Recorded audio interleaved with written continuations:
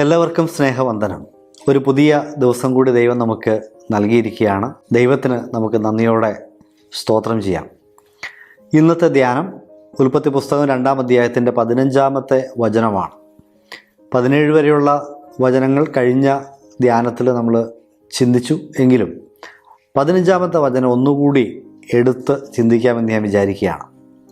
അവിടെ തോട്ടത്തിൽ മനുഷ്യനെ സൃഷ്ടിച്ച ദൈവം അവന് വേണ്ടി ഒരു തോട്ടമുണ്ടാക്കി, ആ തോട്ടത്തിൽ എല്ലാവിധ സൗകര്യങ്ങളും ദൈവം ഒരുക്കി, ആ തോട്ടത്തിൽ അവനെ ആക്കി.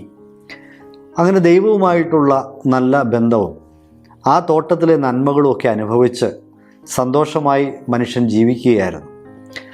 എന്നാൽ ദൈവത്തിൻ്റെ പരിപാടിയിൽ മനുഷ്യന് നന്മകളും സന്തോഷങ്ങളും മാത്രം നൽകുക എന്നതായിരുന്നില്ല.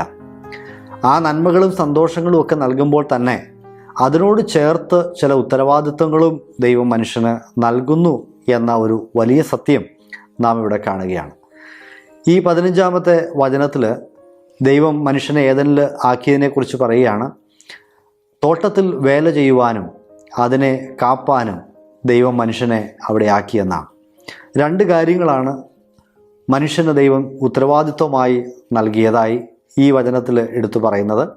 ഒന്നാമത് അവിടെ വേല ചെയ്യുക, തോട്ടത്തിൽ ജോലി ചെയ്യുക. മനുഷ്യന് അധ്വാനിച്ച് ജീവിക്കുക എന്ന ഒരു ആശയം, നെറ്റിയിലെ വിയർപ്പ് കൊണ്ട് അപ്പം ഭക്ഷിക്കുക എന്ന ആശയം പാപം ചെയ്തതിന് ശേഷം വന്ന ശാപത്തിൻ്റെ ഫലമാണ്. എന്നാൽ അതിനു മുമ്പും മനുഷ്യൻ അങ്ങനെ വെറുതെ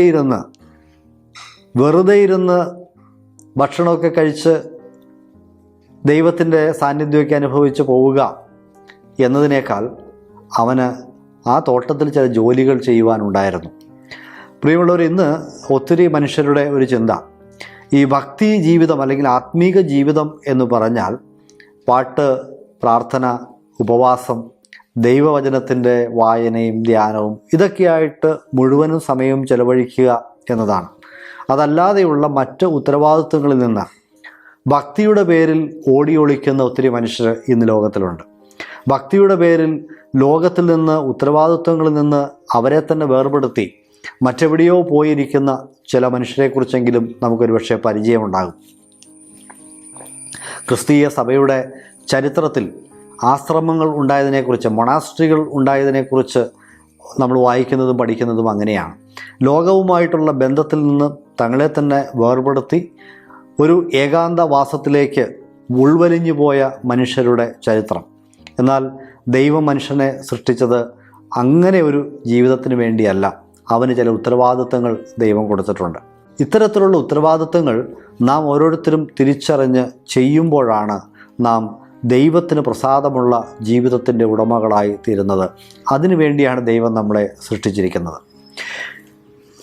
തോട്ടത്തിൽ വേല ചെയ്യുവാൻ മാത്രമല്ല, അതിനെ കാപ്പാനും അഥവാ അതിനെ കാത്ത് സംരക്ഷിക്കുവാനും വേണ്ടി കൂടിയാണ് ദൈവം മനുഷ്യനെ തോട്ടത്തിൽ ആക്കിയത് എന്ന് 15-ാമത്തെ വചനത്തിൽ നാം കാണുന്നു.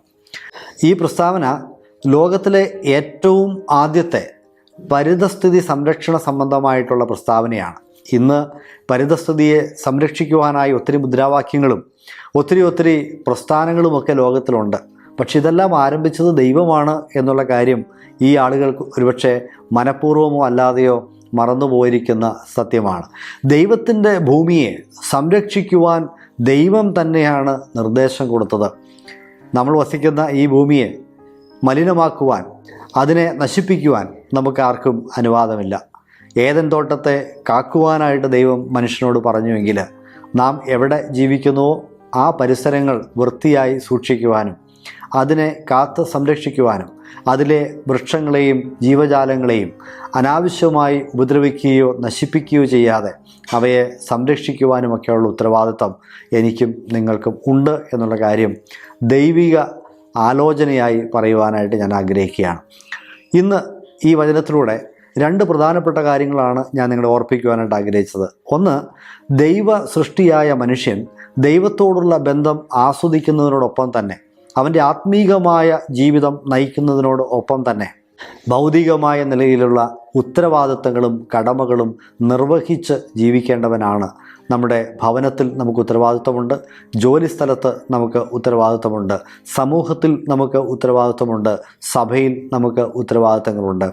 ഈ ഉത്തരവാദിത്തങ്ങൾ നിർവഹിച്ച് ജീവിക്കേണ്ടവനാണ് മനുഷ്യൻ.